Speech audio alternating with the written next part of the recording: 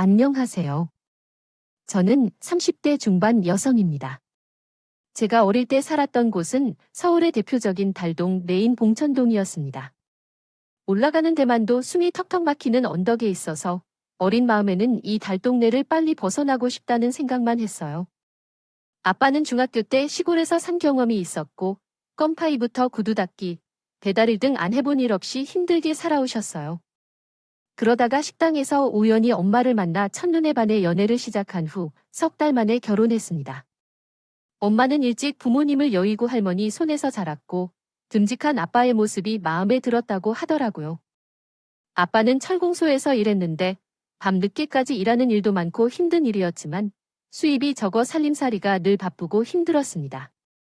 일을 마치면 철공소라며 돌아와서요. 직원들은 며칠에 한 번씩 한두 잔을 마시던 것이었지만 이제는 매일 술을 마시고 새벽에 집에 오는 사람이 많아졌습니다.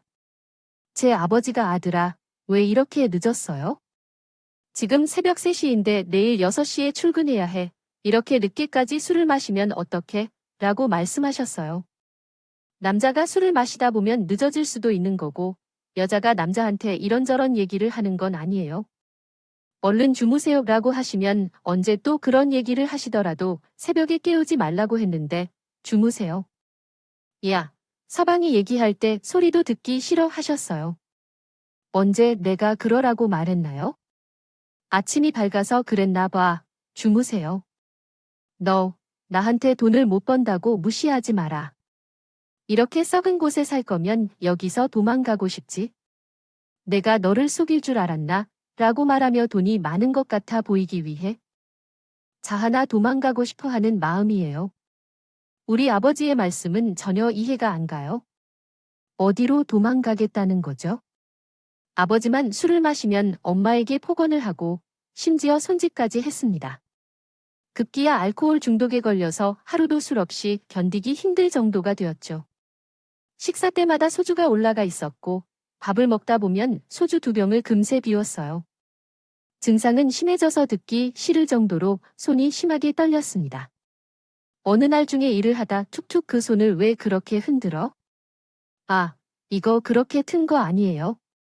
손이 이렇게 떨어지면 병이 있는 거 아니에요? 아니에요. 지금 술 냄새가 심하게 나는군요. 이런 손으로 어떤 기계를 만진다고 그러나? 괜찮다면 이렇게 하면 되는데 왜 잘 안 될까요? 알코올 중독이라니 이렇게 계속하다가 어떤 사고를 칠지 모를 것 같습니다. 제발 지금 이대로 가지 마시고 오늘까지 이걸로 계산해 가지고 가셔요. 수장님, 갑자기 이렇게 자르면 어떡하죠? 저희 가족은 뭘 먹고 살까요? 제가 병원 다니면서 제대로 치료받고 술은 한 방울도 안 마시겠습니다. 부탁드립니다. 일 시켜주세요. 아버지는 철공소 사장께 무릎 꿇고 빌었지만 아무 효과도 없었어요. 실직자가 된 아버지는 취직할 자리를 찾기보다 집안에서만 술이 더 늘고 있었습니다. 술을 마시면서 엄마와 제게 폭언하고 집에 있는 물건들을 집어던지며 난동을 부리며 술을 사오라고 소리치는 일이 반복되었습니다. 부렸던 제이 아빠가 그만 좀 해달라고 하도 제이는 놀랐어요. 울거나 술사라고도 했어요. 왜냐하면 우리는 돈이 쌀쌀 없어서 술 살 돈이 어디 있는지 모르겠거든요. 슈퍼마켓에 계속 외상을 미끄러뜨려 놔서 이제 외상을 할 수조차 없어졌어요.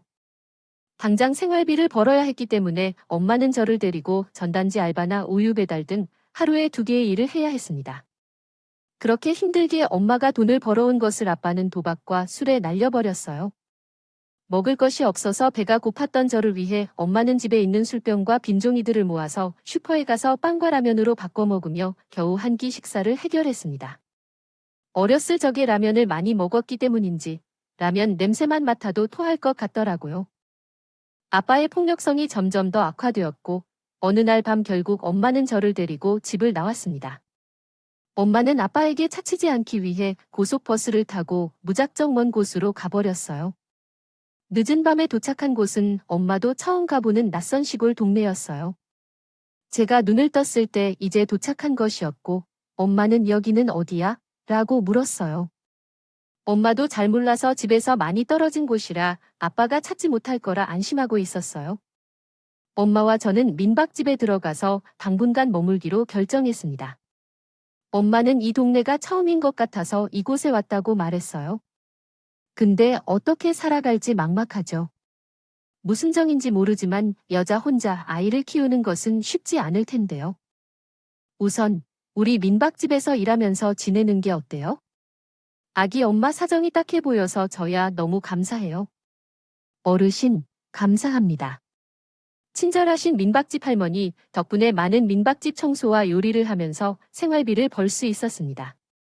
또한 방 하나를 공짜로 살게 해주셔서 우리 모녀에게 생명의 은인과도 같은 분이셨어요. 엄마는 워낙 부지런하고 성실해서 민박집뿐만 아니라 할머니 논에서 농사일도 거들어 주셨습니다. 할머니는 엄마를 딸처럼 생각하시며 같이 저녁 식사도 하고 가족처럼 지내셨어요. 그렇게 몇 달이 지난 어느 날 엄마가 좋아 보였어요. 엄마, 어디 아파? 얼굴이 안 좋아 보여. 아, 피곤해서 그런가 봐. 엄마, 괜찮아? 그런데 얼마 후 마당에서 빨래를 널던 엄마가 갑자기 쓰러졌습니다. 엄마, 엄마. 전 너무 놀라서 엉엉 울며 엄마를 깨웠지만 인기척이 없는 주인집 방에 있던 할머니가 뛰어나와 구급차를 불렀고 병원 응급실로 실려간 엄마는 의식을 잃었습니다. 선생님이 사람이 왜 이런 거죠? 아까까지 멀쩡히 빨래를 잘하던 분이었는데 왜 이러세요? 라고 말씀하셨습니다. 의사가 안타깝지만 이는 뇌출혈입니다. 여러 가지 검사를 수행했지만 마음의 준비를 하셔야 할 것 같습니다. 하고 말씀하셨습니다. 죄송합니다. 이렇게 엄마를 떠나보내야 한다는 게 실감이 나지 않아서 제가 울면서 엄마의 얼굴과 손을 만져 주었습니다. 주인집 할머니는 제게 등을 토닥거리며 위로를 해주셨습니다. 엄마가 하늘나라로 간 지 얼마 안 된 것 같아요. 아빠가 갑자기 찾아왔습니다. 이런 촌구석에 내가 찾을 수 있을까요? 여기에 왜 오셨죠? 라고 말했습니다. 너는 아빠가 왔는데 무슨 보리장? 말이야, 엄마가 동안 어디 있어? 아빠는 엄마가 하늘나라로 갔다는데 슬프지도 않아요. 돈 때문에 여기 온 거예요. 떠난 사람은 떠난 거고 남은 사람은 어떻게든 살아야지. 아니야, 아빠는 엄마 가방을 뒤져서 통장과 도장을 찾았어요. 그 짠순이가 이렇게 돈 많이 모아놨을 줄 알았어. 너 어서 짐 챙겨서 집에 가자. 싫어요. 저 안 가요. 여기서 할머니랑 살 거예요. 이때 집주인 할머니가 들어오셨어요. 제희 아빠 될 분이라면서 제가 아빠랑 가는 걸 원치 않는 것 같은데 억지로 데려가는 건 아니라고 봐요. 할머니, 이건 저희 집 아이래요. 관심 끄세요. 제희 엄마와 제이는 저희 집에서 같이 살면서 가족처럼 지냈어요. 나도 제이한테 정들었고 제가 할아버지가 저와 함께 살아줄 것이었는데 아빠가 그것을 거부하여 가서 불쾌한 일이 생겼습니다. 이후 아빠가 절도 저를 강제로 데려갔습니다. 할아버지는 힘들게 뛰면서 따라오려 했지만 점점 멀어져 버렸습니다. 저는 울면서 할아버지가 있는 쪽을 쳐다보았고 할아버지는 절망적으로 길가에 앉아 있었습니다. 집에 돌아와서는 그 날로부터 지옥 같은 날들을 보냈습니다. 집안일과 세탁을 하며 주변을 돌아다니며 쓰레기나 빈병을 수거하여 슈퍼에서 술과 라면을 얻어 살아갔습니다. 엄마가 남겨둔 돈으로 아빠는 카바레에서 여자를 만나 사는데 그 여자와 함께 살기 싫다는 이유로 아빠는 저를 죽이려 했습니다. 아버지께서 저를 짐짝처럼 맡기셨습니다. 그리고 보육원을 떼어놓고 아빠는 뒤를 돌아보지 않고 그 여자와 웃으며 택시를 타고 떠났습니다. 그것이 아버지의 마지막 모습이었고 저에게는 기억하고 싶지 않은 상처로 평생 제 가슴에 쌓였습니다. 제가 버림받았다는 사실에 충격을 받아 한동안 실어증에 걸려 말을 못했어요. 아이들은 저를 벙어리라고 놀렸고 저는 항상 어두운 표정으로 혼자서 지냈습니다. 그렇게 초등학교, 중학교, 고등학교까지는 있는 듯 없는 듯 조용하게 지내다가 고등학교를 졸업한 후에 퇴소했습니다. 보육원에서 나온 후 어디로 갈지 막막했어요. 순간적으로 엄마와 함께 살았던 민박집 생각이 들었습니다. 할머니 집이 떠올라서 옛날 기억을 더듬으며 고속버스를 타고 갔습니다. 하지만 10여 년이 지난 후에 집이 있던 곳에는 상가가 들어서 있었고 동네 사람들에게 물어보니 할머니께서 돌아가셨다고 합니다. 제가 유일하게 의지할 수 있는 사람이었던 할머니는 세상에 없다는 사실에 눈물만 또 계속 흘렀습니다. 다시 발걸음을 옮긴 곳은 제가 어릴 적에 살았던 봉천동이었어요. 예전의 달동네 모습은 전혀 남아있지 않고 건물과 상가들로 가득 차 있어서 전혀 알아보기 어려웠습니다. 보육원에서 받은 약간의 생활지원금으로 먼저 월세를 내고 빵부터 구했는데 성인이 되었지만 여전히 소심하고 항상 긴 머리카락으로 얼굴을 가리며 사람들을 피해 다녔습니다. 돈을 벌려면 취직을 해야 하는데 낯가림이 심해서 그것도 쉽지 않았습니다. 쉽지 않았습니다. 우연히 길 가다 벽에 붙어 있는 구인 광고를 보고 찾아간 곳은 한 제약 회사의 공장이었습니다. 대기업에서 운영하는 하천 공장으로 직원이 꽤 많았고 현장 직원이었기 때문에 저는 바로 취직할 수 있었습니다. 위생복을 착용하고 약품을 분배하고 포장하는 업무를 맡았는데 혼자서 조용히 할 수 있어서 제 성격과도 잘 맞았습니다. 출근부터 퇴근까지 직원들과 거의 대화를 하지 않는 저를 보고 여성 직원 몇 명이 제게 대해 부정적인 얘기를 시작했어요. 쟤는 나이도 어리고 선배들이 밥 먹자고 해도 거절하고 말도 하나도 안 하고 혹시 정신이 이상한 건 아닐까? 라는 말이었죠. 말씀하신 대로 그러나 어쩔 수 없이 다가가 의기소침하고 친절하게 대해주었죠. 아무튼 제가 조심하지 않으면 이들이 무슨 짓을 저질릴지 모르겠다는 걸 알게 되었습니다. 그 결과 직원들은 제게 피하면서도 말을 조심히 했고 점심시간에도 함께하지 않았습니다. 시간에는 전 혼자 굿네 식당에서 밥을 먹었어요. 그러던 어느 날 한 남자가 제 앉은 자리에 앉더니 여기 앉아도 돼요? 라고 했어요. 아, 네, 안녕하세요. 전 박준기라고 합니다. 혹시 이름이 어떻게 되세요? 라고 물었어요. 아, 제 이름은 이시군요. 전 여기서 일한 지 3년 정도 됐어요. 조장이에요. 제이 씨는 비조 같단데 일 힘들지 않아요? 라고 대화가 이어졌어요. 괜찮아요. 근데 왜 혼자 식사하세요? 전 혼자 밥 못 먹겠다고요. 라고 제가 대답했어요. 사람들과 같이 밥 먹으면 얘기해야 되고 신경 쓰여서 전 혼자 밥 먹는 게 좋아요. 라고 설명했죠. 아, 그래요. 그럼 지금 저 제시 식사 시간 방해하는 거네요. 라는 말에 아니에요. 이렇게 말 걸어준 사람이 조장님이에요. 밥 먹는 것도 괜찮은 거죠. 라고 대화가 이어졌어요. 그렇죠. 밥 먹으면서 이렇게 얘기하면 좋잖아요. 제가 좀 말이 많아서 죄송해요. 일하면서 힘든 게 있으면 말씀해 주세요. 선배의 생각을 하고 편하게 물어보세요. 그런 게 좋겠어요. 조장님의 밝고 다정다감한 성격으로 여성 직원들 사이에서 인기가 좋으셨어요.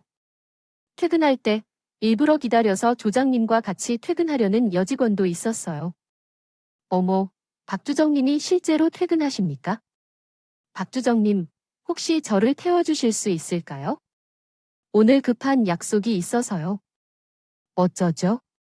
제 옆자리 예약한 사람이 있어서요. 다음에 태워드릴게요. 아, 네, 그때 한 남자가 와서 형, 일주하네. 준호야, 어서 와. 전 회사 통학버스를 기다리면서 있었고 조장님이 저를 불러주셔서 제이씨, 제 차 타고 가세요. 통학버스 한참 기다려야 되잖아요. 아, 아니요. 제가 홀로 있으면 어색할까요? 보이는군요. 걱정하지 마십시오. 제 동생도 함께 타고 가니까 부담스럽게 느끼지 않을 거예요. 몇 번째로 만나신 거예요? 전 박준우라고 합니다. 함께 타세요.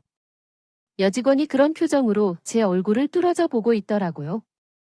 아까 조장님께 거절당하는 걸 주위 직원들이 다 봤어요. 평소 그 여직원이 저에 대해 안 좋게 이야기하는 걸 알아서 왠지 그녀에게 골탕을 먹이고 싶다는 생각이 들었어요. 감사합니다. 저는 보라라고 합니다. 조장님 차에 올라탔고 여직원은 얼굴이 울그락불그락거리며 분을 참지 못하고 있었어요. 차를 타면서 우리 세 사람은 많은 대화를 나눴습니다. 낯가림이 심한 제가 이렇게 편하게 이야기하는 일은 정말 드문 경험이에요. 일이어요. 저희는 중학교 때 교통사고로 부모님을 잃은 뒤로 학교를 갈 때나 어디든 항상 같이 다녀요. 세상에 의지할 사람이 저희 둘밖에 없거든요. 제가 먼저 공장에 취직했고 동생을 불러왔죠. 옆에서 동생을 보면서 제 마음이 놓이는 것 같았거든요. 아, 힘든 일이 있으셨네요. 저는 세상에 혼자인데 그래도 조상님 동생이 있어서 너무 부럽네요. 제일 씨도 그런 부모님이 안 계신 거예요. 제가 살 때 엄마가 돌아가시고 아빠가 저를 보편에 두고 가버렸어요. 그 이후로 아빠와는 연락이 끊겼고 저는 고아나 다름없이 지금까지 혼자 살고 있어요. 제일 씨 많이 드셨군요. 이제 혼자가 아니죠. 저랑 제 동생과 친구예요. 그날 이후로 저희 세 사람은 회사에서 같이 식사하고 자주 어울려요. 다녔고 카풀 동료가 되었는데 알고 보니 사는 동네도 비슷해서 퇴근을 같이 하게 되었어요. 아, 요즘 조장님께서 태워주셔서 감사합니다. 먼지 봉천동이며 저희 집과 멀지도 않더라고요. 내일 아침 8시에 여기서 봐요. 제일 씨, 조심해서 들어가세요. 준노 씨도 내일 보아요. 차에서 내려 집까지 가려면 한참 언덕길을 올라가야 했었는데 그때 뒤에서 놀래키는 소리가 들렸어요. 쳐다보니 우리 집 앞에 사는 동생이었고 지민인지 오늘 퇴근이 빨라 보였어요. 식당에 스님이 별로 없어서 사장님이 빨리 퇴근하라 했는데 언니 아까 자가용에서 내리던데 남자 생겼다고 해서 걔 아니야? 회사 동료야? 집이 같은 방향이라 태워주는 거야? 나 얼마 전부터 카풀하고 있잖아. 카풀 언니 참 순진하다. 남녀 사이에 커플이 그냥 어딨니 조금이라도 더 언니 얼굴 보고 싶으니까 차를 주는 거야 거지. 너 마음대로 생각하니까 피곤하다 빨리 집에 가자. 지민이는 고등학교를 졸업하고 한식 조리사 자격증을 따라 지금 중식 레스토랑에서 주방장 보조로 일하고 있어. 앞집에 살면서 몇 번 마주쳤는데 싹싹한 지민이가 요리를 해서 나눠주면서 친해졌어. 지민이도 나처럼 아픔을 느끼니까 더 마음이 가더라고. 어릴 때 부모님이 이혼하셔서 할머니 품에서 어렵게 자랐는데 지민이는 내적인 나와는 달리 밝고 명랑해서 많이 웃게 하며 서로 의지하며 친자매처럼 지내고 있어. 언니, 잠깐 우리 집에 들어와 봐. 또 뭐 주려는데? 이거 내가 개발한 요리인데 집에 가서 먹어보고 시식해줘. 아, 비주얼은. 합격했다는 걸 알았어요. 냉철한 시선으로 살펴볼게요. 지인은 주방장이 될 수 있을 정도로 요리에 열정을 가지고 연구했습니다. 지민이가 만든 음식은 정말 수준급이었어요. 아껴주지 않을 수가 없었죠. 출근 시간이 비슷해서 같은 길가에 거주해서 항상 함께 걸어가서 각자 버스를 탔어요. 큰 길가에 도착하니 조장님 차가 서 있더라고요. 안녕하세요. 오늘은 좀 늦었네요. 아는 동생이랑 수다 떨다가 시간 가는 줄 몰랐어요. 아, 언니, 회사 동료분들이 안녕하세요. 저 제희 언니가 제일 사랑하는 동생, 정지민이라고 해요. 아내, 처음 뵙겠습니다. 저 박준기, 얘는 제 친동생 박준호예요. 안녕하세요. 혹시 어디까지 가세요? 같이 타실래요? 아니에요. 얘는 여기서 버스를 타세요. 감사합니다. 안 가세요? 버스 탔다 생각해보니 끔찍했어요. 언니 덕분에 신세를 진 것 같아요. 넉살 좋고 밝은 지민이는 거리낌 없이 했고 지민이 레스토랑이 회사에 가는 방향에 있어서 다행히도 저는 괜히 조장님 괴롭힘이 하는 것 같아서 걱정되었거든요. 지민이를 내려다보고 계시던 준호 씨가 지민이에 대해 많은 질문을 하더라고요. 눈치로 지민이에게 관심이 있는 것을 알 수 있게 되었고 며칠 후 주말에 지민이와 준호 씨를 소개팅 시켜주었습니다. 두 사람이 잘 맞았고 연인이 되었습니다. 저는 사람답게 어울려지 못하고 주변만 돌고 있었는데 씨와 지민이가 중개 역할을 해서 저와 조장님의 사이를 좋게 해주셨어요. 이제 누구도 뭐라 할 것이 없습니다. 그동안 우리는 서로에게 마음을 품고 있었고 자연스레 사랑의 감정이 우리 속에서 생겨났죠. 제 몰래 모르시나요? 지민이가 일하는 레스토랑 사장님이 제게 장을 빌려주셨어요.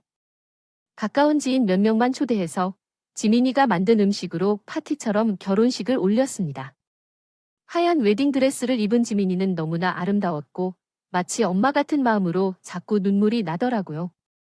그런데 웨딩드레스와 잘 어울릴 법한 목걸이가 없어서 목걸이를 들고 웨딩드레스와 안 어울리니까 제가 내 목걸이를 주면 어때요? 그거 해야겠다. 아이 목걸이야. 언니, 처음 봤다고요?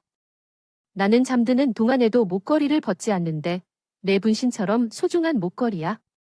어렸을 때 아빠가 직접 나무를 깎아서 내 얼굴 모양을 만든 펜던트입니다. 당신이 만든 것이랑 너무 닮았어. 아빠가 손재주가 좋으셨다고 할머니가 그렇게 말씀하셨어. 아빠는 나를 너무 예쁘게 생각하셨다는데 나는 아빠의 얼굴을 기억하지 못해. 할머니 말에 따르면 아빠가 아픈 몸을 가지고 있어서 엄마와 이혼하고 혼자 요양병원에 들어가셨다가 소식이 끊겼대. 그래서 지민이는 잠시 아빠를 떠올려 목걸이를 만지며 눈물을 참았어. 하지만 살았어요. 거의 같이 살다시피 하면서 식사도 같이 하고 4명이 항상 함께 다녔어요. 결혼 후 남편과 막내 동생은 공장을 그만두고 더 많은 돈을 벌 수 있는 직업을 찾았어. 몇 달 동안 준비하며 중장비 자격증을 취득하고 건설 현장에서 중장비 운전을 하게 되었어. 결혼한 후에도 공장을 다니려고 했어. 하지만 남편이 제가 힘든 일을 하는 것을 싫어하고 그만두도록 했습니다. 여보, 이제 나는 당신의 보호자로서 그동안 하고 싶었던 것을 배우고 싶었던 것을 자유롭게 할 거야. 이제는 당신을 위해 살 거니까 나는 당신을 굶길 일은 없을 거라 자신 있으니 돈 걱정은 하지 마세요. 고마워요. 나는 사실 하고 싶은 게 있는데 지민이 보면 요리하는 것이 재밌을 것 같아요. 요리사 자격증을 따려고 하는데 당신의 생각은 어떠세요? 오, 그거 좋은 생각이에요. 요리 자격증을 따면 재수 씨랑 음식점을 하나 차려서 둘 다 같이 하면 되겠네요. 재수 씨는 워낙 밝고 입담이 좋아서 장사하면 아마 대박 날 거예요. 우리 동서 실력이 아깝잖아요. 제가 열심히 돈을 벌어서 동서 가게 하나 차려주겠어요. 에이, 재수 씨 식당은 내가 차려줄게요. 우리 준호한테 잘해줘서 정말 보답하고 싶어요. 만약 당신이 원한다면 아무것도 없는 우리 형제에게 당신과 재수 씨를 만나게 된 것은 정말 복받은 일이에요. 내 평생 동안 당신을 행복하게 해줄게요. 남편의 적극적인 지원 덕분에 요리 학원에 등록해서 요리를 배우기 시작했어요. 그 학원을 계속 다니며 휴일마다 요리를 가르쳐 주시면서 많은 도움을 받았습니다. 남편과 제 동생은 동일한 건설 현장에서 일했고 때로는 도시락을 싸서 공사 현장에 찾아가기도 했어요. 여보세요. 서방님 저 왔어요. 아이씨, 날 좋지 않아도 외식하지 말고 집에서 먹자. 식당 음식보다는 직접 만든 음식이 더 맛있고 특별하잖아요. 그냥 저는 요리 실습을 위해 만든 거니까 맛있게 드시면 돼요. 알겠어요. 그럼 제가 형수님의 요리가 얼마나 좋아하는지 말씀드리죠. 물론 1위는 제 와이프인 지영이에요. 전에 빨리 먹어야겠다. 형수님도 같이 드세요. 네, 많이 드세요. 와, 이건 처음 먹어보는 건데 당신의 요리 솜씨가 이렇게 좋았어요. 제가 한번 해본다면 제대로 하겠죠.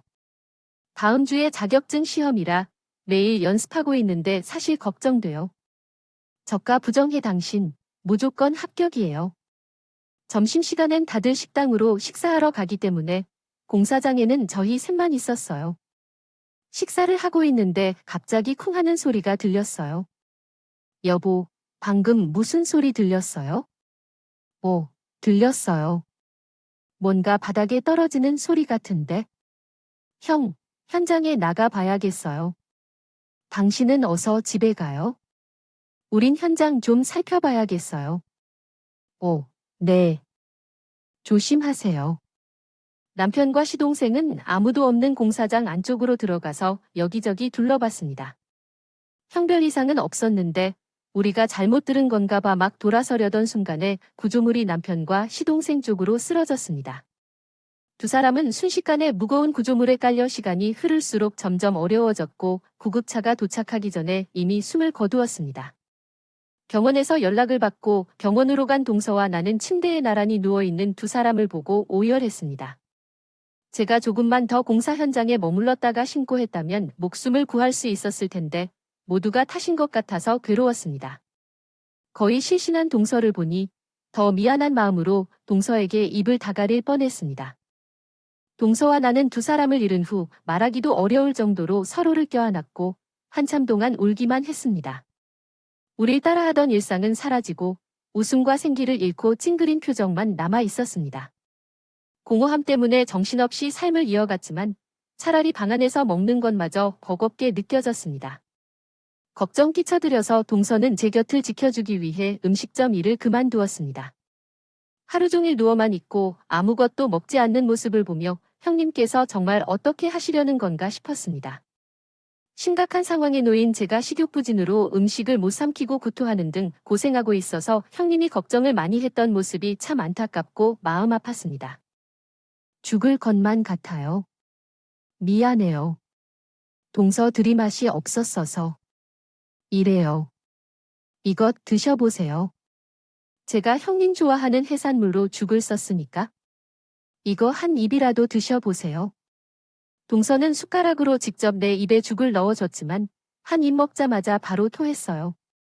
동서에게 미안해서 눈물만 나왔어요. 어떻게 축한 금도 못 드세요? 이러다 형님이까지 잘못될까 봐 너무 겁나요? 이렇게 안 드시면 저도 같이 밥 안 먹을게요. 오늘부터 형님 집에 와서 함께 지낼 거예요. 동서는 어떻게든 저를 자극시켜서 음식을 먹게 하려고 진짜 아무것도 안 먹었어요. 그러나 하루 이틀이 지날수록 전 더 이상 그냥 못 볼 것 같아요. 동서나, 제발 이러지 마. 나 속 터져 죽는 걸 보려는 거야? 그럼 형님은 왜 그러시는데요? 억지로라도 살려고 노력해야 하는 거예요. 아니요. 병원에도 안 가고 음식도 거부하며 그런 식으로 모든 것을 체념하면 살아있는 사람으로서 생각을 하지 않으십니다. 형님. 이렇게 하는 모습을 버님께서 보시면 얼마나 마음이 아프실지 상상할 수 있어요. 알겠어요. 동서야. 내가 잘못했어. 동서의 설득으로 병원에 가서 치료를 받고 다시 건강을 찾게 되었습니다. 하지만 앞으로 어떻게 살아가야 할지 막막했습니다. 형님. 제가 생각해 본 결과 우리 둘 다 할 수 있는 게 요리뿐인데 식당에 취직하는 것보다 함께 사업을 하는 게 어떨까요? 통장도 알다시피이고 집도 대출로 얻은 전세인데 사업을 위한 자금을 어디서 구해야 할지요? 제가 생각하기에는 우리 집 전세금을 빼서 그 돈으로 상황에 맞는 가게를 찾으면 될 것 같아요. 그리고 전에 살던 집에서 같이 협력하며 함께 일할 수 있을 것 같습니다. 사고요. 저랑 동서랑 같이 사는 건 좋은데 그 돈으로 가게를 구할 수 있을까 한번 알아봐야겠어요. 내일은 함께 부동산에 가요. 다음 날에 동서와 함께 전 부동산 몇 군데를 다니며 식당이나 가게를 둘러봤는데 우리가 가지고 있는 돈으로는 너무 부족하더라고요. 중개사님, 좀 더 싼 곳이 없을까요? 아, 힘들게 찾아보더니 제일 싸게 나온 매물이 하나 있긴 한데 거기 가볼래요? 마지막으로 소개해준 식당은 사람들 왕래가 거의 없는 골목 안쪽에 있어서 누가 봐도 장사가 안 될 것 같았어요. 둘러보니 점포가 낡아서 벽에는 금미가 있고 쾌쾌한 냄새가 코를 찌르더니 결국 결정을 못 내리고 집에 돌아왔고 TV에서 예능 프로그램을 보던 중에 동서가 형님, 그게 어때요? 라고 물었어요. 푸드트럭, 이런 것은 미국이나 다른 외국에 많이 있는 것 같아요. 아이쿠, 형님, 세상 무리를 모르시는군요. 그걸 보세요. 저렇게 트럭에서 음식부터 식사까지 파는데 출근하는 직장인들이나 대학생들이 자주 먹는데요.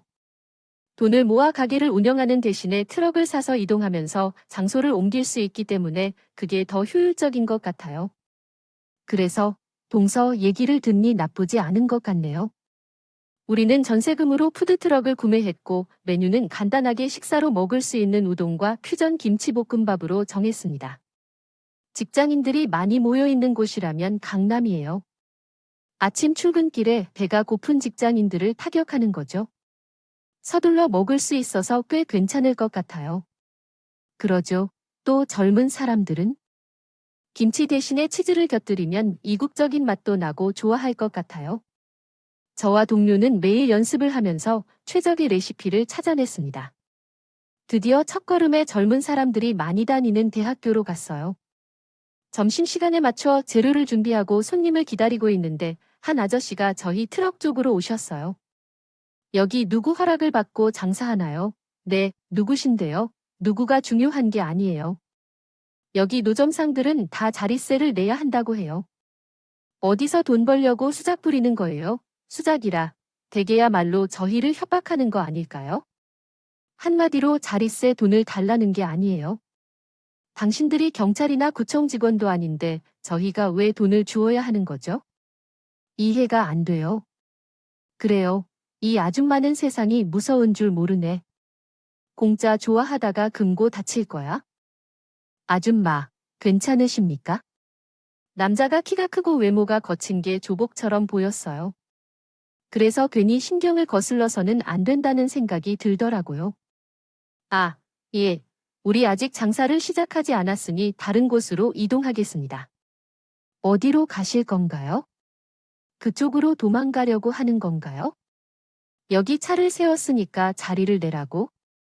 우리 아직 장사 시작도 안 한데 무슨 자리예요? 아저씨, 너무하신 말씀이 아닙니다. 이건 법인입니다. 계속 이렇게 하시면 경찰에 신고할 거예요. 남자의 표정이 일그러지면서 화가 났는지 팔로 차를 두드리며 위협했습니다. 그때 빨리 차 시동을 걸어서 겨우 그 자리에서 빠져나올 수 있었어요. 아까 그 아저씨 팔에 문신이 있었죠. 봤어요. 잘못하다가 큰일 날 것 같아요. 맞아요. 아직 우리는 초보라서 집중해야겠어요. 저와 함께 우리가 사업을 시작할 장소를 신중히 고민하고 결정했어요. 사업이 생각보다 잘 되었고 오늘 아침에는 강남으로 향했습니다. 강남에는 많은 회사들이 있어서 오피스 워커들을 대상으로 하면 대박 날 것 같아요. 그런데 어디로 가야 할지 막막해하며 창밖을 내다보던 중 푸드트럭을 운전해 강남 학동사거리로 향했어요. 그랬더니 학동사거리에 도착해서 주변을 살펴보던 중 오는 중 차와 충돌하는 사고가 발생했어요. 아, 형님, 어떡하죠? 저희 차가 옆 차와 부딪혔는데 그 차가 롤스로이스인데 비싼 외제차예요. 이걸 어떻게 할까요? 수선 비용이 많이 들 것 같고 큰일 났어요. 빽빽한 교차로에서 우리 차량과의 충돌로 인해 주차장 입구가 완전히 막혀 차들이 움직이지 못하는 상황이었습니다. 차 안에는 중년의 남성이 뒷자리에 앉아 있었고 운전자는 어린 사람으로 보였습니다. 아, 미안하다. 우리가 갑자기 차선을 바꾸면 어떻게 되는 거야? 라고 중년의 남성이 운전자에게 물었습니다. 미안해요.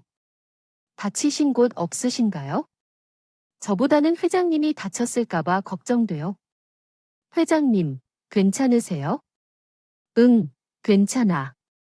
경찰에 신고했으니 곧 올 거야. 운전자가 답했습니다. 얼마 후 경찰이 사이렌을 울리며 도착했습니다. 안녕하세요. 사고 신고를 받고 왔어요. 우리가 조사하는 동안 차량을 움직이지 말아주세요. 여기 트럭이 있어요. 라고 경찰관이 말했습니다. 차주 성함이 어떻게 되시는지 청합니다. 제 이름은 지민입니다. 이 푸드트럭은 동서에게 선물해주고 싶어서 동서 명의로 했었는데 여기 외제차 차주 성화입니다. 저는 철입니다.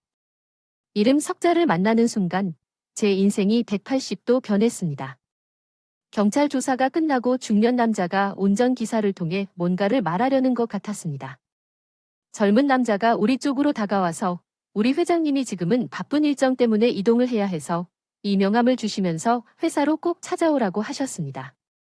오늘 여러 가지로 피해보신 것 보상해 드릴 것이라고 합니다. 아, 그렇게 하죠.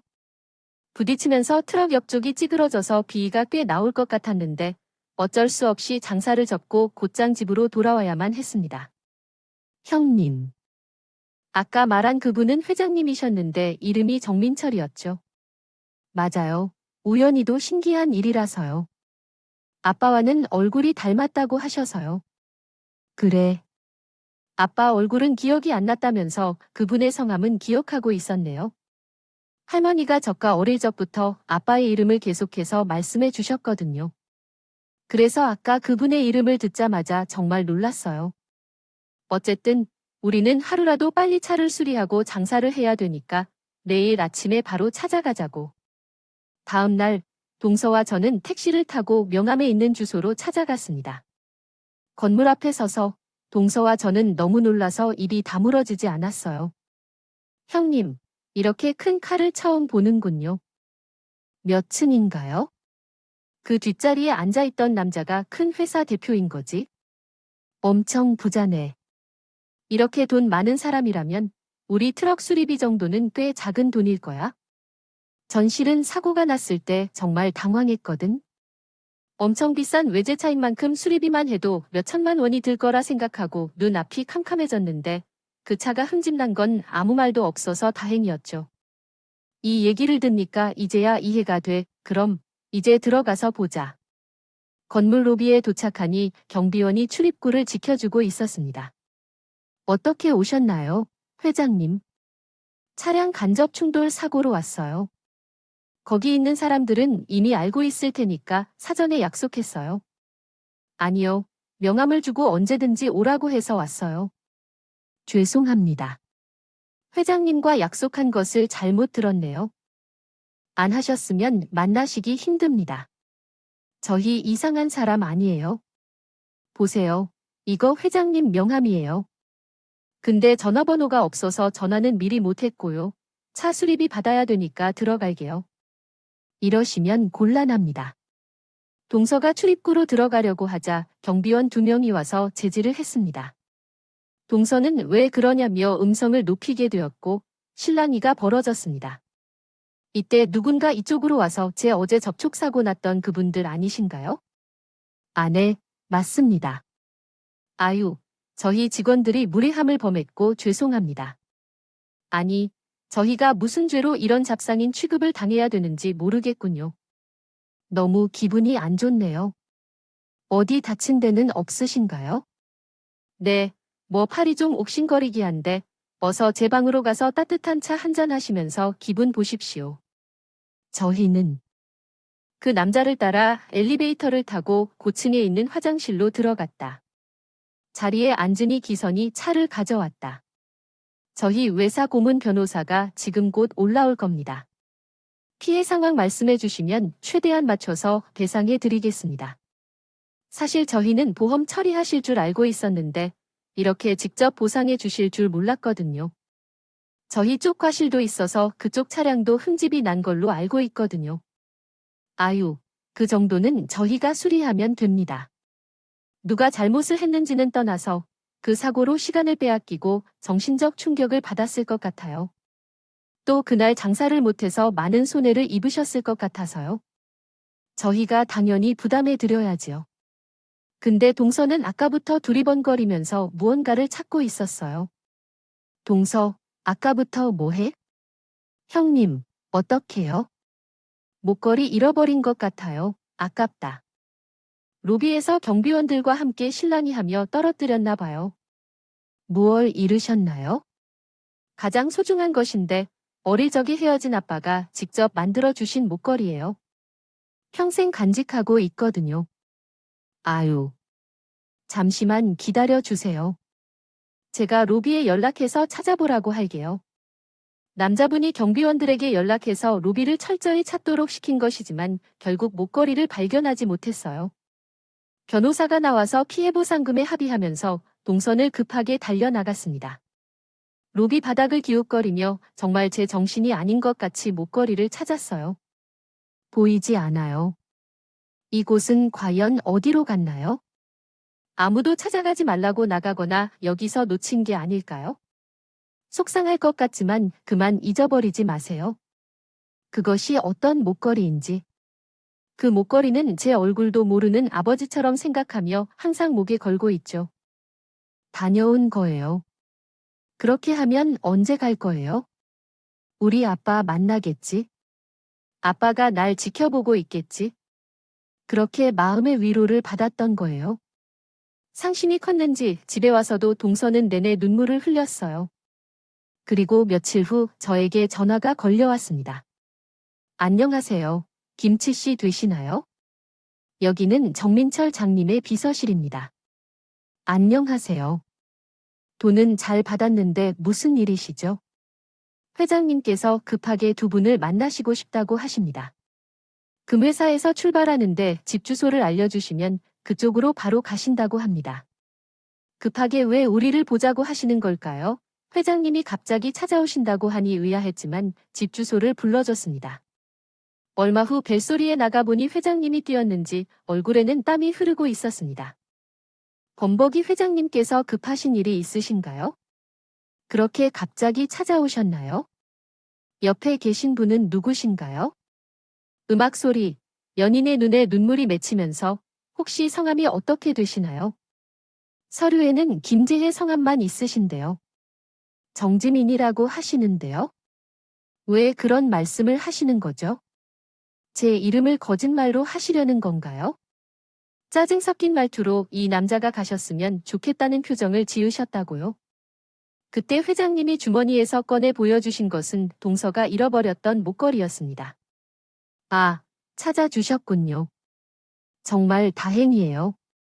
이것을 잃어버렸다는 줄 알았는데 얼마나 마음이 아팠는지 몰라요.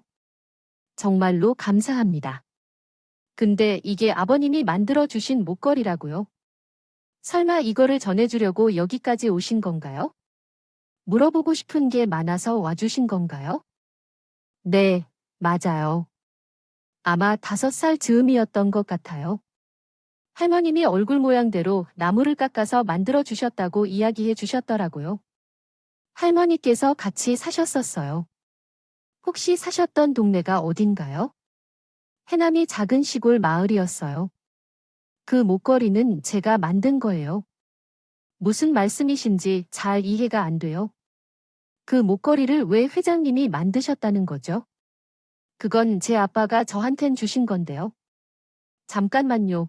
그럼 회장님이 저희 아빠라도 된다는 건가요? 맞아. 지민아, 아빠야 동생은 믿을 수 없어 하는 듯이 회장님은 멀뚱멀뚱 보고만 있었습니다. 아니에요. 말도 안 돼요. 제가 아무리 어렸어도 제 아빠를 보면 감이라는 게 있잖아요. 근데 회장님은 봐도 아무 느낌이 없는데 갑자기 아빠라고 하시면 난 황당해져요. 왜 그러시는 건가요? 동서야? 회장님은 무한하실 텐데 화내시지 말고 진정하고 차분하게 생각해봐야 해. 너무 갑일 것 같아 동서가 많이 놀랐나 봐요. 죄송하지만 오늘은 이만 주시는 게 좋을 것 같습니다. 좀 더 확실하게 해야 동서도 마음을 열 것 같은데 유전자 검사를 해보는 건 어때요? 네, 그거 좋아요. 제 머리카락 들어서 거기서 검사하시고요. 아무래도 동서가 직접 검사해봐야 믿을 것 같아서요.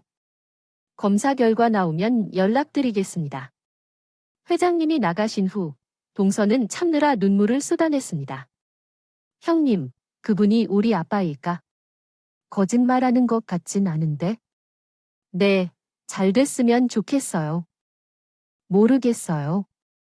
제가 아빠 얼굴을 모르는 것처럼 아빠도 성인이 된 내 얼굴을 모르실 테고 서로 알아볼 수 있는 유일한 방법이 그 목걸이 말고는 없는데 그분이 거짓말로 꾸미실 수도 있는 거잖아요.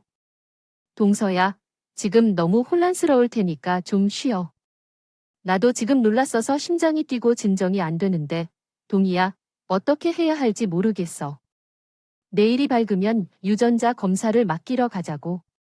동서는 밤새도록 한순간도 못 자고 잠 못 이루었습니다. 다음 날 유전자 검사를 맡기고 며칠 후에 집으로 우편이 도착했습니다. 형님, 검사 결과 나왔어 보이네. 나 너무 긴장돼서 못 보겠는데 형님이 확인해줘. 그래, 내가 봐줄게. 봉투를 천천히 열어서 내용을 확인해보니 동서야, 친아버지가 맞다는 거였다. 다리에 힘이 풀려 바닥에 쓰러져 앉아서 오열했습니다. 바로 회장님께 연락드렸고 집으로 돌아왔습니다. 아버지가 도착하셨습니다. 지민아, 아빠야. 두 사람은 포옹을 하고 뜨거운 눈물을 흘렸습니다. 겨우 진정된 후 그동안 어떻게 지냈는지 얘기를 들을 수 있었습니다. 지민아, 아빠가 엄마와 이혼할 수밖에 없었던 건 아빠가 많이 아팠기 때문이야. 아빠는 젊을 때부터 목공소에서 일했는데 하루 종일 먼지 더미에서 일하다 보니 배가 안 좋아졌어. 그래서 수술비와 병원비로 돈이 많이 나가면서 빚이 많이 생겼어. 그래서 너희 엄마를 떠나기로 했어. 엄마는 어떻게든 우리 세 식구를 같이 살자며 울면서 이혼하지 않겠다고 했는데 상황이 어쩔 수 없었어. 그래서 아는 할머니에게 맡기게 되었어. 어떻게든 나를 키워주셨어. 맞아. 그랬어야 했는데 아빠도 지금 많이 후회하고 있어요. 그때 병원에서 폐암 말기 판정을 받았는데 엄마나 할머니께는 비밀로 했어요. 그래서 아무도 모르게 조용히 떠나고 싶어 해서 요양병원에 가야 한다고 할머니께 거짓말을 했어요. 깊은 산속으로 혼자 절로 들어가서 거기서 스님들을 도와 절에서 일을 하면서 마지막을 준비했어요. 스님이 미국의 유명한 의사와 친분이 있어서 아버지 수술을 하게 도와주셨어요.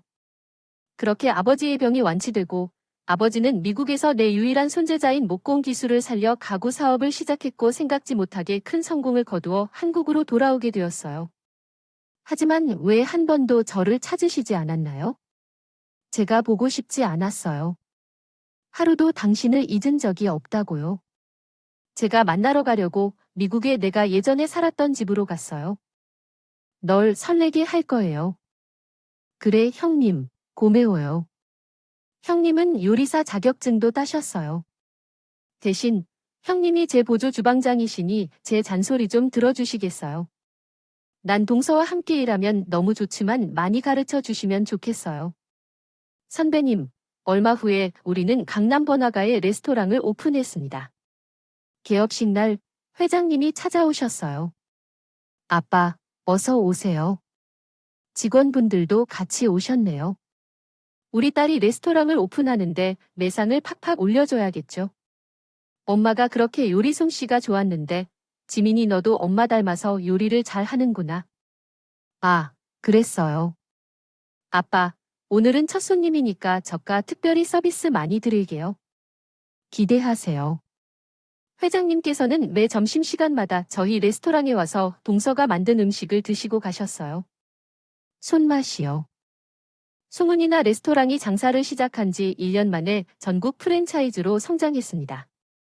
회장님은 저를 딸처럼 대해주시며 사랑을 베풀어 주시고 계십니다. 긴 글을 읽어주셔서 감사합니다. 오늘 준비한 사연은 여기까지입니다. 재미있게 들어주셨다면 구독과 좋아요, 알림 설정까지 눌러주세요. 그럼 다음 사연으로 찾아뵐게요. 오늘도 건강하세요. 음악 행복하세요. 음악